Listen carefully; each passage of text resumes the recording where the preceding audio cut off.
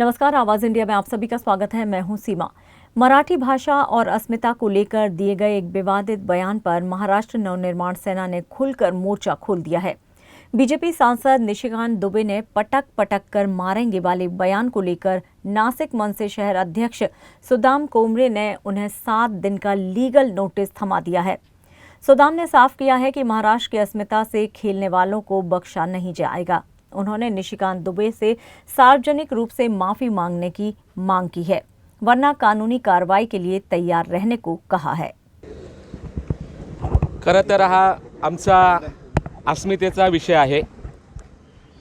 निशिकांत दुबे यांनी मराठी माणसाबद्दल जे वक्तव्य केलं की पटक पटक के मारेंगे, तुम्ही आमच्या तुकड्यावरती जगतात, त्या खासदाराला समज नसावी की महाराष्ट्र हा कोणाच्या तुकड्यावरती जगणारा नाही आहे।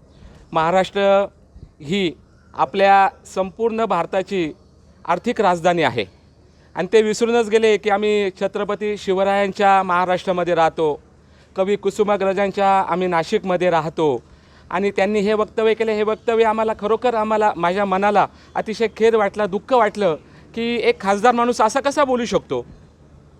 म्हणून आम्ही त्याला 7 दिवसाची त्याला नोटीस दिलेली आहे।